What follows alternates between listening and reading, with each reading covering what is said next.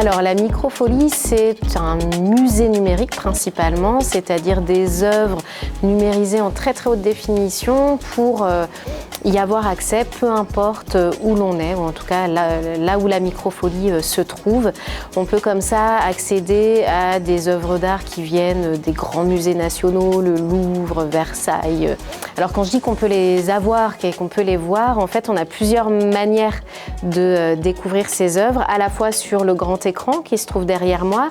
On peut avoir aussi les tablettes qui permettent de s'intéresser un peu plus en détail à certaines œuvres.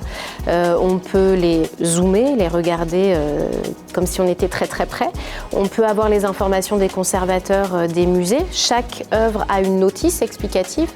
On peut aussi, grâce aux tablettes, avoir des jeux. Donc les enfants ou les adultes qui aiment s'amuser peuvent s'amuser un moment avec ça. Les journées d'ouverture publique sont aussi rythmées par des visites flash.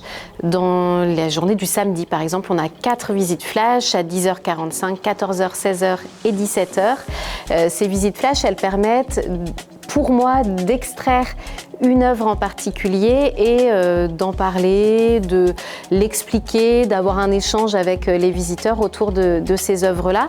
Quand je dis visite flash, c'est parce que ça dure 10 à 15 minutes. Pour les curieux du numérique, on a aussi des casques de réalité virtuelle qui permettent de vivre des expériences très particulières. Par exemple, aller à Teotihuacan, voir les pyramides mexicaines, vivre l'éruption du Vésuve, ou encore plonger sous la mer pour voir des dauphins, des cachalots.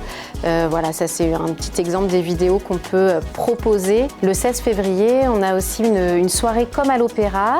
Ce sera à 20h30 ici et on diffusera une captation faite à l'Opéra Bastille de la Traviata, une version moderne de la Traviata.